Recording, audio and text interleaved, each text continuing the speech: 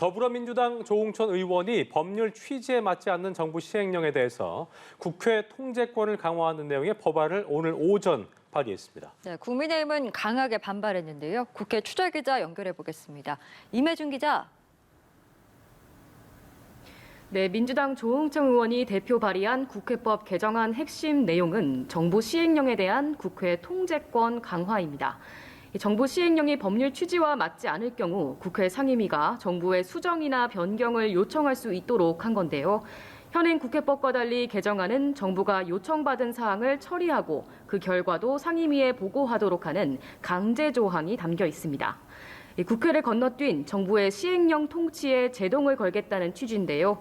역대 정부에서도 일부 시행령이 입법을 우회하는 수단으로 사용된다는 논란은 반복돼 왔습니다. 발의된 개정안은 지난 2015년 박근혜 정부 당시 여당 주도로 처리됐다. 박 전 대통령이 거부권을 행사한 법안과 사실상 내용이 같습니다. 국민의힘은 강하게 반발하고 있습니다. 정부 권한을 완전 박탈한 정부 완박법으로 규정하고 저지에 나섰는데요.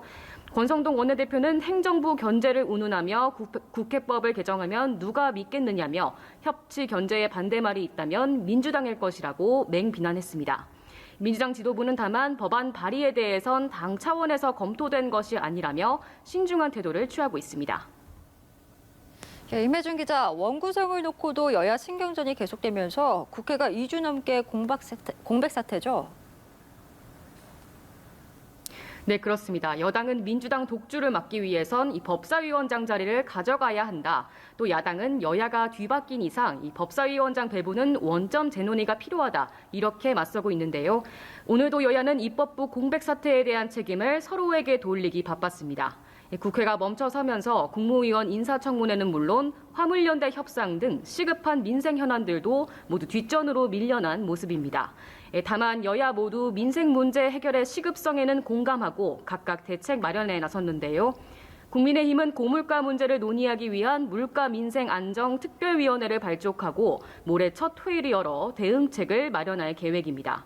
위원장을 맡은 류성걸 의원은 당과 정부, 민간의 의견을 충분히 듣고 가능한 실질적인 해법을 내놓을 수 있도록 하겠다고 강조했습니다. 민주당도 오늘 오후 민생 우선 실천단 발대식을 갖고 민생 문제 해결의 필요성을 언급했는데요. 단장을 맡은 박홍근 원내대표는 정부 무대책에 당내 권력 다툼에 여념없는 여당으로 인해 국민 불안이 커지고 있다며 민생 현안 해결을 위해 제1야당의 당력을 집중하겠다고 말했습니다.